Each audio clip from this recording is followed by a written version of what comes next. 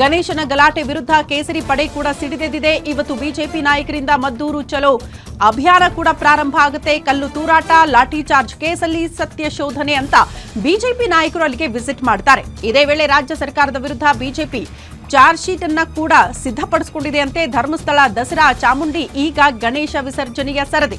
ಹಿಂದುತ್ವದ ಮೇಲೆ ಸರಣಿ ದಾಳಿ ಅಂತ ಗಂಭೀರ ಆರೋಪವನ್ನ ಕೇಸರಿ ಪಡೆ ಮಾಡ್ತಾ ಇದೆ. ಸರ್ಕಾರದ ವಿರುದ್ಧ ಬೃಹತ್ ಹೋರಾಟಕ್ಕೆ ಎಲ್ಲಾ ರೀತಿಯ ಸಿದ್ಧತೆಯನ್ನ ಕೇಸರಿ ನಾಯಕರು ಮಾಡಿಕೊಂಡಿದ್ದಾರೆ.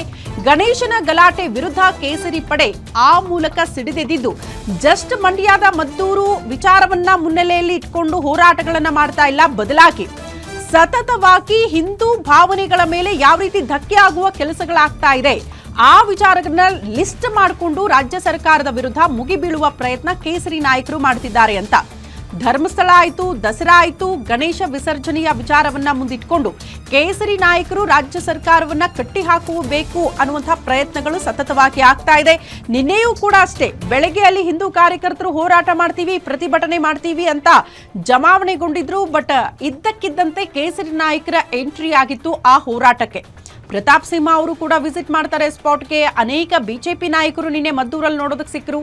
ಸೊ ಇವತ್ತು ಕೂಡ ಅದು ಕಂಟಿನ್ಯೂ ಆಗುತ್ತೆ ಅಂತ ಬಿಜೆಪಿ ನಾಯಕರು ಅಲ್ಲಿಗೆ ಸ್ಪಾಟ್ ವಿಸಿಟ್ ಮಾಡೋ ಮೂಲಕ ಸತ್ಯ ಶೋಧನೆ ಮಾಡ್ತೀವಿ ಅಂತ ಮುಂದಾಗ್ತಿದ್ದಾರೆ.